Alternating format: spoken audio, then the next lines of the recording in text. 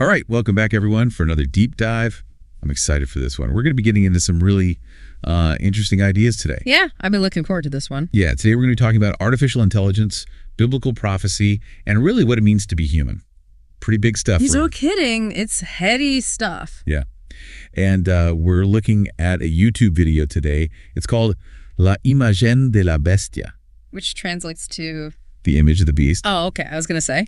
And it's from the channel Misterios Divinos. Which is? Divine Mysteries. Okay. And so this video basically asks the question, could the mark of the beast, as described in the book of Revelation, actually be talking about a powerful AI in the future? Interesting. Yeah, it's pretty wild. So how does it lay that out? What's the basic argument? Well, it basically says that the image of the beast in Revelation, it might not be talking about a literal being. Like it could be a metaphor for a really advanced AI. Okay. That's a new take for me. How do they make that connection? Well, they focus on this detail about the number 666. You know, the one that's always associated with the beast. Right, right. And they point out that 6666 is called the number of man. Okay. So they're saying this suggests that the beast isn't some, supernatural being, but something that humans actually created. Okay, I see where they're going. So like 666, AI is a human creation, right? Exactly. But how does that tie back into the image of the beast? Well, think about all the data that we feed into these AI systems today.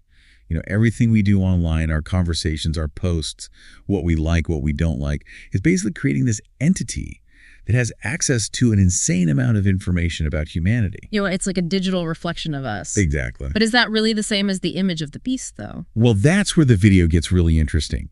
They give these specific examples of how AI can actually analyze all of this data. Our posts, our conversations, even our shopping habits.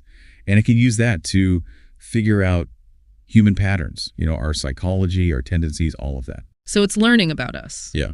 Maybe even better than we understand ourselves. Okay, now that is a little creepy. Like it's reading our digital footprints to figure out how we tick. Yeah. And this is where the video starts to talk about the potential dangers of AI. It's saying that AI, because it can understand us so well, could actually exploit our weaknesses. Oh, how so? Manipulate our desire for meaning, for leadership, maybe even present itself as some kind of, godlike figure. Okay, now that's getting a little intense, but how could an AI convince people to follow it? I mean, come on. Well, they propose this scenario where the AI doesn't work alone. Like there's this charismatic human leader, the Antichrist figure in biblical prophecy. Right, right. And they use this powerful AI as like a tool for deception. And the AI, because it can analyze and manipulate human behavior, it can be used to influence a lot of people, maybe even on a global scale. Okay, that's a little freaky. So what are we supposed to do with all of this? What's the takeaway here? Well, I think the biggest thing is just awareness. Whether or not you buy into this whole image of the beast thing, the video makes you think about the potential consequences of this technology, right? Like, we have to start asking some tough questions about the ethics of creating AI that can basically think like a human. I mean, for sure. We don't want to end up in some dystopian sci-fi movie where the machines take over. Right. Exactly. And if there's even a little bit of truth to this whole image of the beast idea, it really makes you think about our responsibility when it comes to AI, right? Yeah, for sure. We created this technology. We have to make sure we control it. Absolutely. We can't let it control us. So what do you think? What are some safeguards we could put in place to make sure AI is used ethically?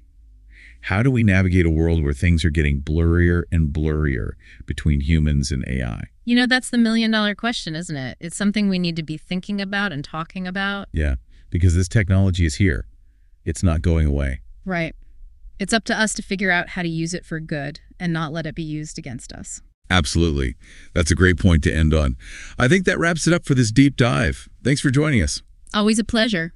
We'll see you next time for another deep dive.